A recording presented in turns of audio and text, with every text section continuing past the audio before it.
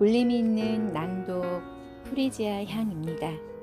타이탄의 도구들 중에 6번 레디팀을 이끌어라입니다. 마크 앤드리스는 URL, HTTP, 초기 HTML 표준을 만든 팀 버너스리 같은 선구자들과 함께 현대 인터넷의 창시자로 꼽힌다. 그가 제품을 만들어 내놓을 때마다 세상은 바뀌었다. 첨단 디지털 시대를 이끈 그보다 더 매력적인 아이콘을 찾아내기란 쉽지 않다. 그는 엄청난 영향력을 발휘한 모자이크 브라우저를 개발했고 넷스케이프를 공동 설립했다. 넷스케이프는 훗날 42억 달러의 AOL에 매각됐다. 그 뒤 마크는 라우드 클라우드라는 회사를 만들어 이를 업스웨어라는 이름으로 휴렛 패커드에 16억 달러를 받고 팔았다. 그는 10억 명 이상의 사람들이 사용하는 소프트웨어를 만들고 수십억 달러 규모의 기업을 다수 설립한 아주 드문 인물들 중 하나가 되었다. 현재는 앤드리슨 호로위츠라는 벤처 캐피탈 회사의 공동 설립자 겸 무한 책임 사원으로 일하면서 지구상에서 가장 영향력 있고 지배적인 기술 투자자로 평가받고 있다. 가격을 올려라. 나는 그에게 샌프란시스코 한복판에 광고판을 세운다면 어떤 내용으로 그 광고판을 채울 것인 생각인가라고 물었다. 그는 이렇게 답했다. 한 줄이면 충분하다. 가격을 올려라. 사업에 실패한 사람들은 곧잘 후회하곤 한다. 자신의 제품과 서비스가 제 가격을 받지 못했다고 고객의 지갑을 열려면 무엇보다 가격이 저렴해야 하기 때문에 신제품 개발과 마케팅 비용을 감당할 수 있는 수준의 가격을 책정하는 건 불가능한 시대라고 그들은 굳게 믿고 있다. 하지만 마크의 생각은 다르다. 당신이 뭔가를 팔아서 돈을 벌고자 하는 사람이라면 한 가지를 반드시 머릿속에 새겨야 한다. 사람들이 내 제품을 사지 않는 건 더 많은 돈을 지불하고서라도 내 것보다 더 좋은 걸 사려고 기다리고 있는 것이다. 그러면 문제 정의가 달라질 것이다. 당신의 물건이 비싸서 안 사는 게 아니다. 더 좋은 걸 사려는 것뿐이다. 마크는 가격을 충분히 올려야 한다고 생각한다. 가격을 25달러로 할지 30달러로 할지를 고민하는 건 아무 의미가 없다. 파는 사람이 제 값을 받고자 한다면 사는 사람 또한 제 값을 치르고자 한다는 것이 그의 풍부한 경험에 바탕한 장사 철학이다. 그는 이렇게 말했다. 나는 두 가지 성공에 대한 원칙을 갖고 있다.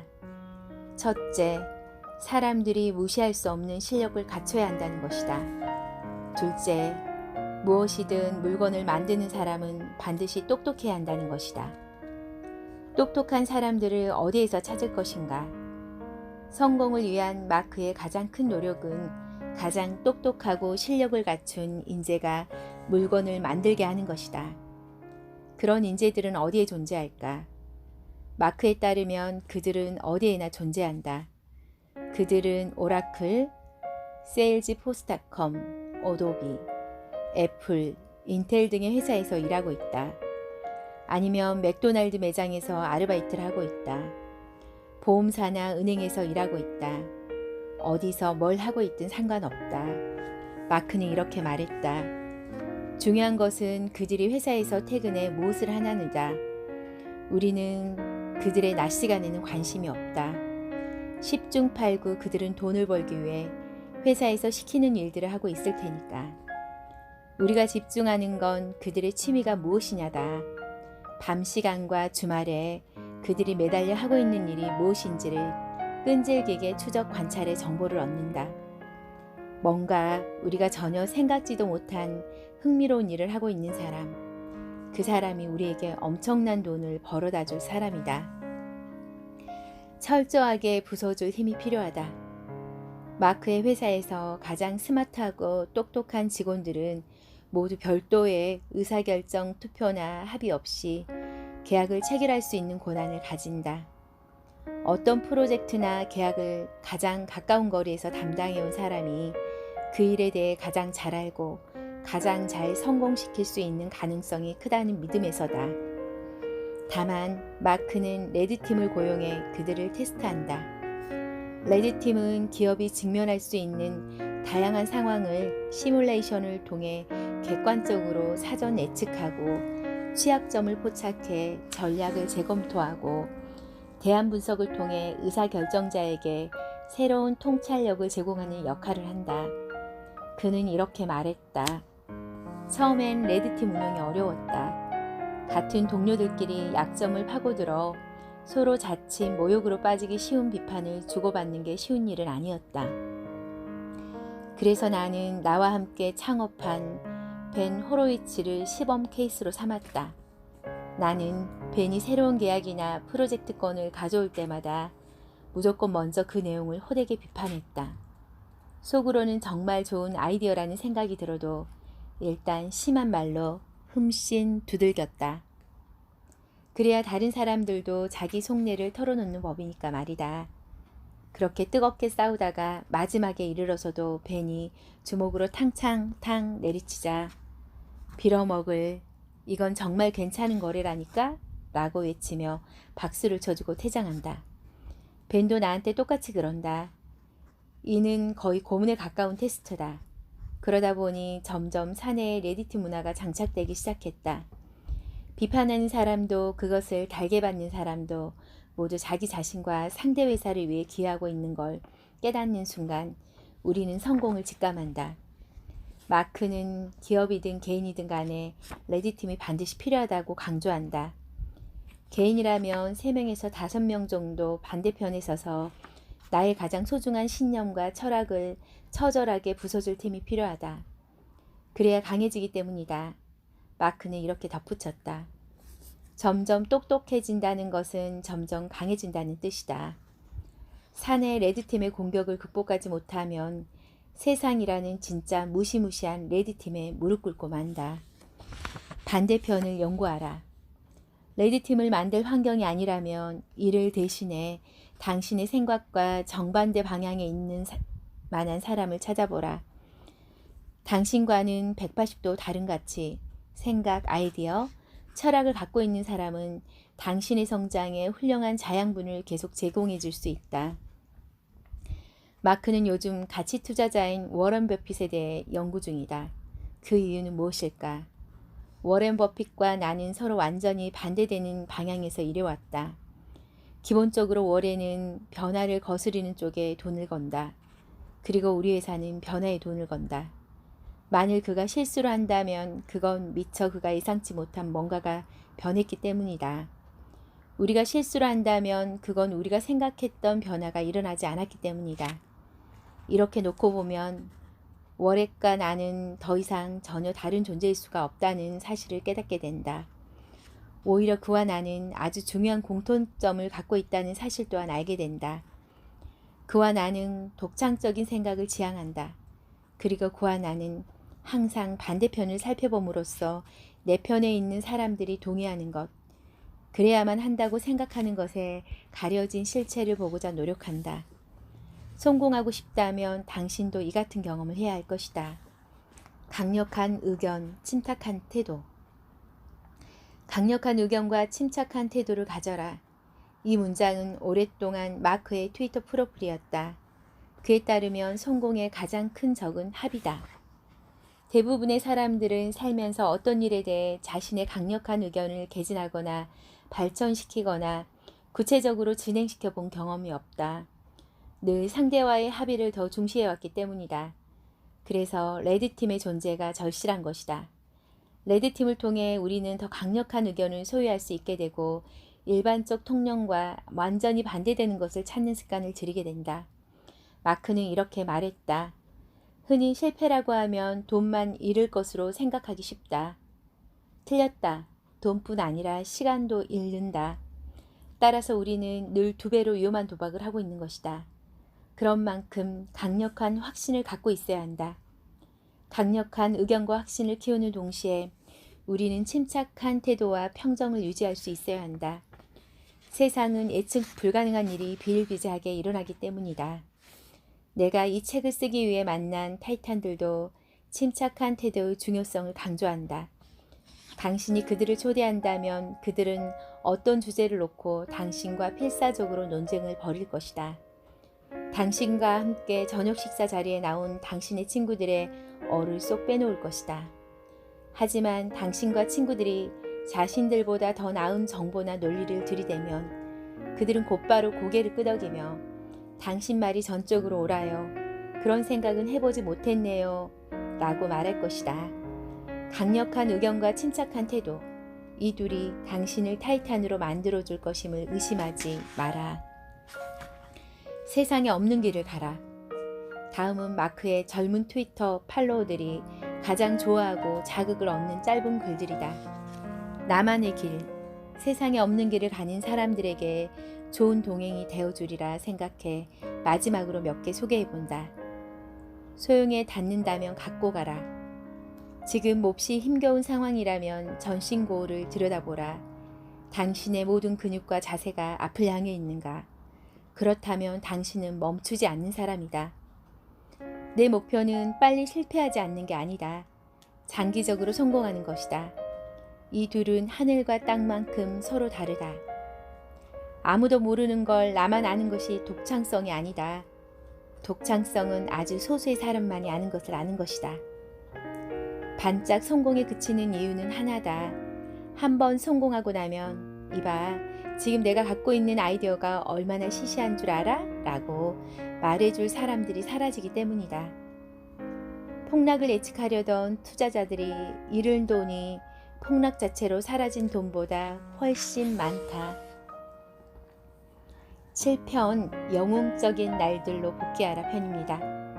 성공이란 단어처럼 모호한 것도 없을 것이다. 대체 뭐가 성공의 기준이란 말인가? 그럼에도 우리는 슈퍼히어로들의 이야기를 좋아한다.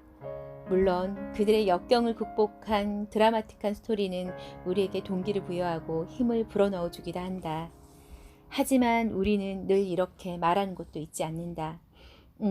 그건 진짜 영웅들에게나 가능한 일이지. 난 지극히 평범한 사람인걸? 그렇다.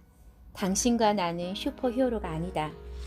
하지만 그와 동시에 늘 평범한 사람도 아니다. 2013년 내게 일어난 일들. 2013년은 내게 유난히 힘든 해였다. 그해 내가 만든 노트를 보면 그해 어느 3개월 동안 내가 얼마나 힘들었는지 구체적으로 나타나 있다. 나는 드라마를 보며 눈물을 흘리곤 했다. 일주일에 2, 3일은 지각을 했다. 모든 걸 버리고 몬트리올이나 세비야, 아이슬란드로 탈출하는 것을 진지하게 고려했다.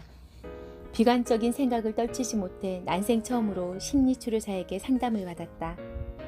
긴급한 업무가 있음에도 웹서핑을 하는데 시간을 썼다. 매일 카페인을 너무 많이 섭취했다.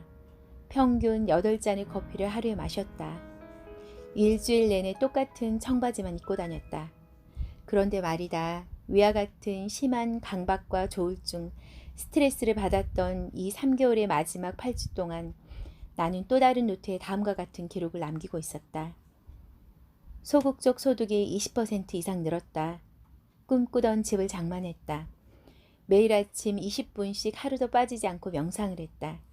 이렇게 꾸준히 할 수 있었던 건 처음이었다. 한 달 사이에 카페인 섭취량을 거의 0으로 줄였다. 불우아동을 돕는 자선기금 캠페인을 통해 10만 달러를 모았다. 지난 10년간 체결한 계약들 중 가장 흥미로운 비즈니스 계약을 성사시켰다. 근육량이 9kg 정도 늘었다. 조울증은 기업가 생활의 일부일 뿐이라는 사실을 새삼 깨달았다. 가까운 사람들에게 더 친근한 느낌을 갖게 되었다. 어떻게 이럴 수가 있었을까? 거의 같은 시기에 이처럼 완전히 상반되는 일들이 내 삶에 있었다니. 결론은 앞에서도 말한 바와 같이 하나다. 슈퍼히어로들은 존재하지 않는다. 다만 때로는 영웅적으로, 때로는 평범하게 살아가는 걸 반복하는 사람들이 존재할 뿐이다. 내가 만난 타이탄들은 대부분 다양한 자멸적 습관과 혼잣말을 중얼거리는 버릇을 갖고 있었다. 그럼에도 그들은 기어이 대단한 일을 해내는 신경질적인 존재였다. 마크 앤드리슨과 에어비앤비의 CEO 브라이언 체스키는 내게 1995년 스티브 잡스가 했던 말을 들려주곤 한다. 아직 큰 성과를 거두기 전인 넥스트에서 일하던 시절, 잡스는 한 인터뷰에서 이렇게 말했다. 단순한 사실 한 가지만 깨달으면 인생의 폭이 훨씬 넓어질 수 있다. 그건 바로 우리가 일상이라고 부르는 건 모두 우리보다 별로 똑똑할 것 없는 사람들이 만들어낸 것이라는 사실이다. 그리고 우리는 그걸 바꾸거나 거기에 영향을 미치거나 자신만의 뭔가를 만들어 타인이 좀 더 지혜롭고 편하게 하도록 할 수 있다. 이 사실을 깨닫고 나면 다시는 세상이 예전 같지 않을 것이다. 잡스의 이 말은 천천히 곱씹어볼 만하다. 큰 성공을 거둔 사람들은 생각보다 뛰어난 사람들이 아니다. 그리고 꿈을 위해 노력하고 있는 당신과 나는 생각보다 뛰어난 사람들이다. 이걸 깨닫고 나면 다시는 세상이 예전 같지 않을 것이다. 한 가지 규칙에 집중하라. 좋은 성과를 기록하다가 어느 날 갑자기 우울해지고 절망의 나락으로 떨어지는 것 같은 기분이 들 때는 이 책에 등장하는 타이탄들이 고나는 처방을 활용해보라. 간단하다. 그들은 한 가지 규칙에 집중하라고 권장한다. 그날 가장 중요하게 생각되는 일 한 가지에 2시간, 3시간을 집중하면 썩 괜찮은 하루를 살게 된다. 슬럼프 탈출에도 효과 만점이다. 주의할 것은 여기서 10분, 저기서 10분씩 조각조각을 모아 120에서 180분을 만들면 안 된다는 것이다. 오로지 한 가지에 집중할 수 있는 2시간, 3시간을 확보하면 빠른 속도로 다시 성과를 내는 영웅적인 날들로 복귀할 수 있을 것이다. 2시간에서 3시간을 한 가지에 집중하면 반드시 그날 한 가지의 성과는 남길 수 있다고 타이탄들은 한 목소리로 말한다. 나는 최선의 노력을 했음에도 절망의 구덩이에 빠질 때마다 한 시대를 풍미한 작가 커트 보니컷의 말을 떠올린다. 나는 글을 쓸 때마다 팔다리가 없는 상태에서 입에 크레용을 물고 있는 기분이 든다. 최고 중에서도 최고로 평가받는 사람들도 내가 만나보니 별것 없었다. 단 한 가지 규칙만을 배우면 충분하다. 그들을 키운 팔할은 이 한 가지였다. 성과를 내는 나를 그렇지 못한 날보다 많이 만들 것. 그러니 세상을 너무 과대평가할 것도 없고 자신을 과소평가할 일도 아니다. 우리는 생각보다 뛰어난 사람이다. 그리고 무엇보다 우리는 혼자가 아니다. 8편 눈에 잘 띄는 곳에 존재하라입니다. 1947년 오스트리아에서 태어난 아놀드 쇼츠제너거는 20살에 미스터 유니버스 타이틀을 획득한 최연소 보디빌더로 기록되었다. 1968년 미국으로 이민을 가 미스터 유니버스 타이틀 5개와 미스터 올림피아 타이틀 7개를 획득한 뒤 은퇴한 그는 영화배우 길로 나선다. 1981년 코난을 통해 영화에 데뷔한 그는 지금껏 전 세계적으로 30억 달러 이상의 수익을 올린 배우가 되었다. 나아가 2003년에서 2010년까지 캘리포니아 주지사로서 봉사했고 더 나은 세상을 만들기 위한 아이디어를 찾기 위해 다양한 계층의 리더들과 협업하고 있다. 나는 이 길로 나간다. 아놀드는 언제나 자신감에 차 있는 사람이다. 19살 때 첫 보디빌딩 대회에 나가 우승한 직후 찍은 그의 사진을 보면 새파랗게 어린 나이임에도 자신감 하나만은 압도적으로 빛나고 있다. 그는 그런 도도한 자신감이 어디서 나오는지 묻는 내게 이렇게 답했다. 내 자신감은 비전에서 나온다. 자신이 도달하고자 하는 지점에 대한 명확한 청사진을 갖고 있는 사람은 극한 고통을 버텨낸다. 사소한 장애물 따위에 걸려 넘어지지 않는다. 내 비전은 이길 수 있다였다. 나는 경쟁하러 경기에 나간 게 아니다. 이기로 나간 것이다. 그래서 나는 상대가 느끼는 가장 큰 고통보다 한 걸음 더 지난 극한점까지가 있을 줄 알았다. 아놀드는 함께 대회에 출전한 경쟁자들에게 이런 말을 하고 다녔다. 뭐 하나 물어봅시다. 혹시 무릎 부상이나 뭐 그런 걸 당한 적 있나요? 그러면 경쟁자들은 어이가 없다는 듯 피식 웃었다. 아니요, 왜요? 난 무릎을 다친 적이 없는데. 아놀드가 다시 말했다. 아, 그렇군요. 되게 허벅지가 나보다 얇은 것 같아서요. 혹시 부상을 당해 제대로 훈련하지 못한 건 아닌가 싶었습니다. 실례했소. 아놀드의 갑작스런 방문을 받은 선수들은 계속 전신고을 앞에서 서성이며 자신의 허벅지 상태를 확인한다. 그러고는 결국 그에게 진다. 아놀드의 심리적 공격에 맥없이 무너진 것이다. 아놀드는 믿기 힘들겠지만 이런 방법을 쓰면 쉽게 경쟁자들을 떨쳐낼 수 있다고 강조한다. 상대를 넘어뜨리고 싶으면 이렇게 말하라. 최근에 몸이 좀 부은 것 같네요. 무슨 고민 있어요? 지난주만큼 활력이 넘치는 것 같지 않네요. 그러면 당신이 이길 확률은 엄청나게 커진다. 아놀드는 실력의 차이가 승리를 만드는 게 아니라고 설명한다. 치열한 경쟁 사회에서 실력의 우열은 큰 의미가 없다. 중요한 건 승리는 경쟁하러 나온 사람이 아니다. 이기려고 나온 사람이 갖고 간다는 것이다. 사소한 것처럼 보이긴 하지만 아놀드의 심리 전술은 정말 일리가 있다. 버티는 자가 이긴다. 아놀드가 처음 할리우드에 발을 들여놓았을 때 제작자들은 그를 거들떠보지도 않았다. 더스틴 호프먼, 알파치노, 우디 앨런처럼 체구가 작고 지적인 이미지를 가진 배우들이 곽강을 받는 시대였기 때문이다.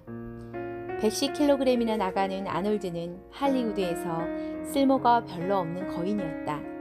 하지만 그는 태어났다. 흔한 오디션 한 번 보지 않았다. 그럼에도 여전히 그는 20살 때 넘치는 자신감을 여전히 유지하고 있었는데 그 비결에 대해 그는 똑같이 답했다. 나는 경쟁하러 나간 게 아니다. 이기러 나간 것이다. 나는 평범하게 생긴 사람이 아니기 때문에 고정배역을 맞추려고 굳이 경쟁하려 노력하지 않았다. 다만 누군가 나를 발견해 줄 때를 기다렸다. 모두가 살을 빼고 금발 미남처럼 보이려 노력할 때 내가 그들을 이길 수 있는 방법은 그들처럼 하지 않는 것이었다. 내가 한 것은 그저 버티는 것이었다. 제작자들의 눈에 잘 띄는 곳에 계속 머물면서 팝콘이나 먹는 것이었다. 결국 아놀드는 사람들이 잘생기고 매끈한 배우에게 점점 식상해지면서 기회를 잡았다. 그는 한 식당에서 트윈스의 메가폰을 잡는 이반 라이트반 감독과 계약하는 데 성공했다. 계약서는 냅튠 위에 작성되었고 출연료는 공짜였다. 대신 이익이 나면 러닝 개념티를 받기로 했다. 코미디와 아놀드의 조합은 논리적으로 말이 안 됐지만 영화 팬들에겐 신선한 충격이었다. 트윈스는 아놀드에게 약 3억 달러의 수익을 안겨주었다. 아놀드의 이야기를 듣고 있자니 조지 루카스가 스타워즈를 만들 때 체결한 계약이 떠올랐다. 루카스는 영화 캐릭터를 상품으로 만들고 싶다는 뜻을 스튜디오에 전달했다. 그러자 스튜디오 측에서는 장난감을 만들고 싶다고요? 네, 뭐 상관없어요. 장난감이든 뭐든 상관 안 할 테니 만드세요. 이는 수십억 달러짜리 실수였고 스타워즈 캐릭터를 이용한 장난감은 지금껏 80억 개 이상 팔린 것으로 추산된다. 거래를 할 때는 스스로에게 자문해 봐야 한다. 장기적으로 판도를 바꿔놓을 만한 잠재적 이익을 얻기 위해 단기적이고 점진적인 이익을 포기할 수 있을 것인가? 5년에서 10년쯤 뒤에 훨씬 큰 가치가 생길 수 있는 요소가 이 거래에 들어있지는 않은가? 이 질문을 던지지 않아 엄청난 기회를 놓친 수많은 이야기를 나는 알고 있다. 다시 한번 말하지만 아놀드의 비전은 경쟁이 아니라 승리였다. 커다란 기회는 작은 승리들 속에 들어있다. 아놀드는 이렇게 말했다. 아무도 쳐다보지 않는다고 해서 스스로 사라지지 마라. 그들이 고개를 들어 나를 바라볼 때까지 기다려라. 퇴장만 하지 않으면 반드시 누군가가 나를 기어이 본다. 고맙습니다.